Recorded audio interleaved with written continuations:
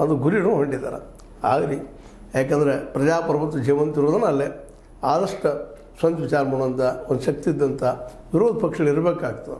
ಇರೋದರಿಂದ ಆಡಳಿತಾರೂಢ ಪಕ್ಷ ಮೇಲೆ ನಾವು ಯಾವುದೇ ರೀತಿಯಾಗಿ ಒಂದು ಏನಂತೀವಿ ನಮ್ಮ ಪ್ರಭುತ್ವವನ್ನು ಸಾಧಿಸಲು ಸಾಧ್ಯ ಇದೆ. ಈ ನೆಲೆಯಲ್ಲಿ ನಮ್ಮ ದೇವೇಗೌಡರು ಅವ್ರಿಗೆ ಸಪೋರ್ಟ್ ಮಾಡಪ್ಪ ನೀವು ಅಂತೇಳಿ ಬಲವರ್ಧನೆ ತುಂಬುವಂಥ ಕೆಲಸ ಮಾಡಿದ್ದಾರೆ. ಯಾಕಂದ್ರೆ ಅವ್ರಿಗೂ ಈಗ ವಯಸ್ಸಾಗಿದೆ.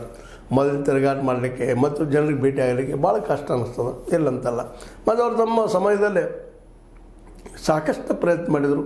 ಜೊತೆಗೆ ಅವತ್ತು ಘಟಾನುಘಟಿಗಳಿದ್ದರು ಅವ್ರ ಜೊತೆಗೆ, ದೇವೇಗೌಡರ ಜೊತೆಗೆ ರಾಮಕೃಷ್ಣ ಹೆಗಡೆ ಅಂತವರು, ಬೊಮ್ಮಾಯಿ ಅಂತವರು, ಜಯಂತ್ ಪಟೇಲ್ ಅಂಥವರು, ಅನೇಕ ಘಟಾನುಘಟಿ ನಾಯಕರಿದ್ದರು. ಅವರೆಲ್ಲರ ಶತಪ್ರಯತ್ನದಿಂದ ನೆಲಕ್ಕೆ ಚಂದ್ರಶೇಖರ್ ಅನ್ನುವಂಥ ದೊಡ್ಡ ಐಕಾನ್, ಒಬ್ಬ ದೊಡ್ಡ ರಾಜಕೀಯ ವ್ಯಕ್ತಿ, ಪ್ರಧಾನಿ ಆದರು ಆ ಮಾತು ಬೇರೆ. ಆದರೆ ಅವರ ಯೋಗ್ಯತೆ ತಕ್ಕಂಗೆ ಪ್ರಧಾನಿ ಪದವಿ ಭಾಳ ದಿನಗಳವರೆಗೆ ಸಿಗಲಿಲ್ಲ.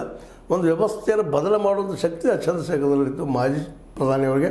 ಆದರೆ ಅವರಿಗೆ ಪೂರ್ಣ ಬಹುಮತ ಸಿಗದ ಇತಿಹಾಸದಲ್ಲಿ ಹೋದ್ರು ಅನ್ನೋದು ಅಷ್ಟೇ ಸತ್ಯದ. ಬಟ್ ಅವರೆಲ್ಲರ ಪ್ರಯತ್ನದಿಂದಾಗಿ ಇವತ್ತೇನು ಜನತಾದಳ ಎಸ್, ಜನತಾದಳ ಯು, ಅದೇ ರೀತಿ RJD ಹೀಗೆಲ್ಲ ಪಕ್ಷಗಳಾಗಿ ಉಳಿದವಲ್ಲ, SP ಅದು ಇವೆಲ್ಲ ಮೂಲ ಹುಟ್ಟಿದ್ದೆ ಈ ಜನತಾ ಪಕ್ಷದಿಂದ.